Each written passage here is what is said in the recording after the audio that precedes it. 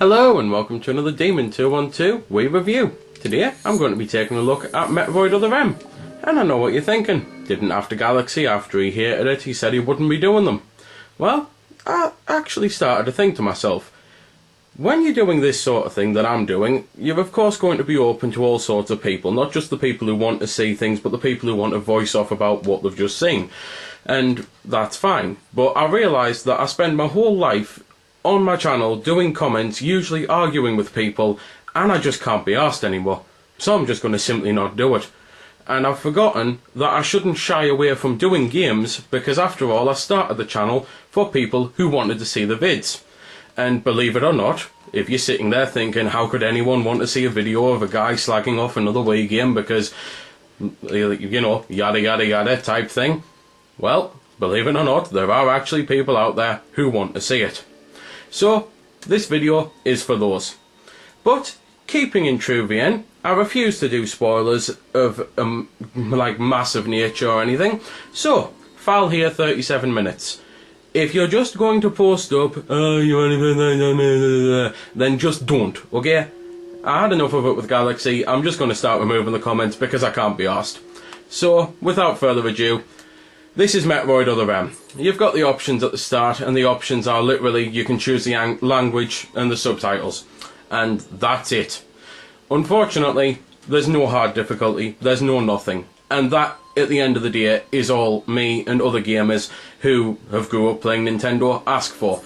Because this is probably the worst one to come out now with casualing it up. And I know there's people who hate that term, but you've got to understand something. There are casual games and then there are casual games. There are games that can be played casually and then there are games that are made solely for the casual audience. And that's what starts to piss me off. The fact that Nintendo can go through all this effort with their games to dumb them down repeatedly over and over again in so many places so that everyone can play them because no one with any skill need apply because you can play the game. It doesn't matter how bad you are at games, you'll play it. But they won't take 5 minutes to just add a hard difficulty. Because it surely can't be that difficult to actually add a hard difficulty. Surely as they're going through the game adding all these easy parts, they just put a bit of programming code in that says remove this if the user selects hard. And that's all I ask for when it comes to Wii games. That's all I ask for when it comes to a lot of games, because I play a lot of games on normal, easy and hard depending on what console they're on. If they're on the SNES, I find playing them on easy will still whoop my ass.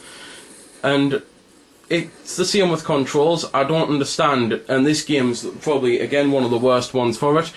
It's a 3D game that's played with a really small D-pad and it just doesn't work. It feels clunky, it feels broken, and it feels like it so desperately needs an analog. Why couldn't they have added some classic control support so you could play the game with an analog? I don't understand what's so hard about that.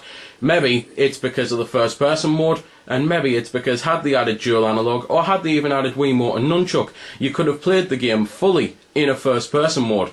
But I say again, what's so wrong with that? If people want to play the game in full first person mode, why shouldn't they be allowed to play the game in full first person mode? It's their game. Instead though, you've got this really annoying section where you're constantly having to swap to first person from third person. You can't move at all, but don't worry about getting hit because 9 times out of 10 you will automatically dodge any incoming attacks. It's been noobed up so much. They've even noobed up things like wall jumping, whereas before, in most games, it was a case of you hold left when you're going left and right when you're going right, and you have to get your timing right and alternate.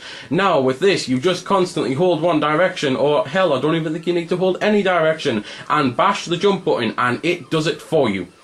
These are the things that I don't understand. When they're going around making these games intentionally easier, why can't they just also make them intentionally harder and then give us the choice of how we want to play our game? Because you might have also noticed the radar in the top corner and the blinking lights. Metroid always used to show you, well, maybe not on the NES, but it used to show you where the secrets were, like what rooms they were in, so you know you had to explore. They never, however, shown you exactly where the secrets were, and now it does just that. It shows you the exact location of the extra energy tank, so all you have to do is find a way to get to it, and that is something else that really doesn't half annoy me. You've then also got the fact that they've tried to make it a bit like Mario, as there's some enemies you have to actually jump on their heads before shooting them, and I don't understand why that is. And I'm not talking big, massive enemies like robot-type things where you can jump onto a safe part of their hand and then shoot them in the face. I'm talking normal space pirate-looking things where you jump on their head and then blast them in the neck, and it just doesn't make sense. So anyway, I've basically covered the basics, the controls and things like that. Now I suppose I'll cover the gameplay. It is standard Metroid. The whole point is search and explore, only as I say the blue dots take the explore out, because as you might notice on the radar, I'm directly over the dot, and what happens to be there? The item I was looking for. So again, that's something that really doesn't half annoy me. You've then also got the fact that something I absolutely loved about Metroid games with the gameplay wasn't just the search and explore, it was the feeling of complete isolation that you had. Literally, when you put a Metroid game on, you knew you were alone on this planet. You had no one at all to talk to, you had no one to communicate with or anything, and I absolutely loved it. It drew me in, it made me engrossed with the gameplay, I loved every moment of it. The new Metroid might as well be called Metal Gear Solid Other M, because it's got cutscenes that are so ridiculously long with full-on interaction between characters that you will be sitting there thinking, did I buy a game or did I buy a DVD? Obviously you bought a game because the Wii doesn't play DVDs. So it begs the question of why now put in this massive backstory when none of the games have ever had it before. I mean, I'm half expecting in Super Mario Galaxy 3 for all of a sudden you to find out that Mario's not actually Italian or from Brooklyn. He was actually born in the Philippines, and he was left on a canal in a woven basket, and you know, it just doesn't make sense that they've decided to add all of this now.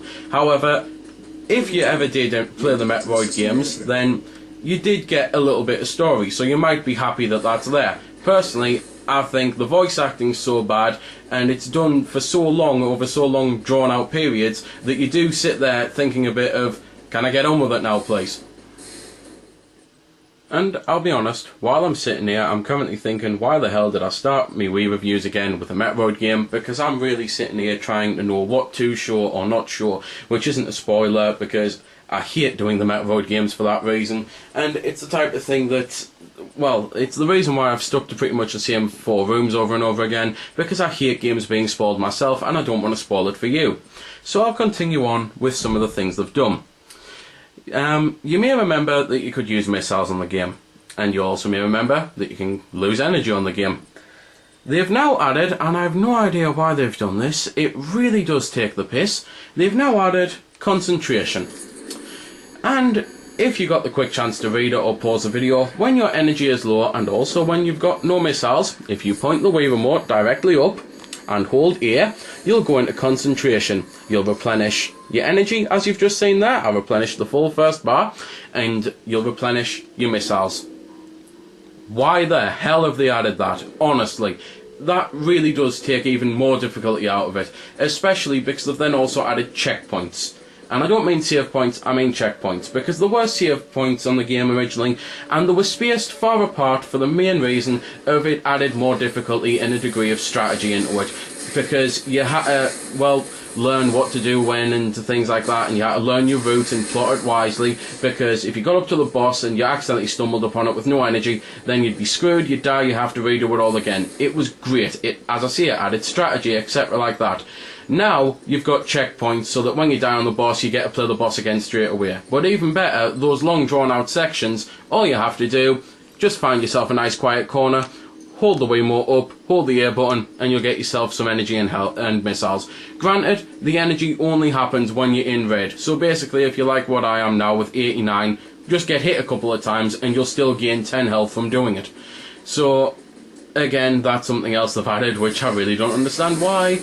They've then also added auto-aim, and the auto-aim actually makes the game more playable. It doesn't just make it easier, which it does kind of do, it makes it more playable because the game is so awkward to control with the D-pad, and something that, again, I don't understand why they couldn't have added classic control support, and maybe made the game a full hybrid of third person and first person. Had they done that, I think more people would have been happier, and it would have made the game a bit better, rather than just it being a third person game with some first person elements added in for no real reason other than to incorporate Wii pointing and waggling and things. Because using the D-pad is clunky, especially when it's so small, and especially when you're used to the analog. So they've had to add the auto aim in, because there's not even a crosshair or anything, so you just have to point in the general direction and shoot, and it does the rest for you. So ultimately, the game purchase for yourself boils down to a couple of things. It depends on what type of gamer you are. If you're the type of gamer that can go through any game with no difficulty just to enjoy the experience, to see the new locations, to find the story and that, then you're probably going to be just as happy as this with most other people. But unfortunately I just can't. I need difficulty because, yeah, if the game's got a great story and isn't too hard, the story will alone be enough to keep me going through it. But as I've already mentioned, I don't actually like the story on this that much. It's long and drawn out for no reason. They could have just stuck to the key elements and it would have made it much better. Instead they add things that you just really do wonder, why is this in? The voice acting again is something that really is pretty awful in places. There's a couple actors who were good and a couple who were really bad. Unfortunately I absolutely hate Samus's voice. It grates on me so bad it's unbelievable. So when there's no challenge there, the story's got to be top notch, and I personally don't think that is. I know that's opinion, you may feel differently. If you get the game and love everything about it, I'm glad. I'm glad you haven't bought a stinker. I'm glad you haven't wasted your money. However, for myself, I need a bit of challenge when things go wrong, and challenge is something that for me creates a lot of memories. I always remember really hard bosses and moments of games gone, whereas I played Mario Galaxy 1 in the past 2 years and can barely remember anything at all about it. And that is why I'm still preaching on about needing challenge, because it really will make a game for me. So there we go then, that's been the review. I hope you've enjoyed it, or at least found it helpful. You might have noticed I didn't score the game. Well, that's because it's a matter of personal opinion, and yours may very well differ from my own. I'm just here to show you a bit about the game. If you like it or not, well, that's up to you. If you don't like it, or you do like it, feel free to comment. Also, if I haven't answered any of your questions that you may have had, I might have forgot something, or it might just be something obscure. Again, feel free to comment, ask, always willing to help out. Otherwise, if you don't like commenting on YouTube, head over to www.vc-forums.com, where you can chat with me and a bunch of other lads who love the VC, the WiiWare, and hell, even a lot of other systems. We cater to pretty much everything. You can just go there, have a chat about a game, ask about some games, etc. So until next time, this has been Demon212, signing off.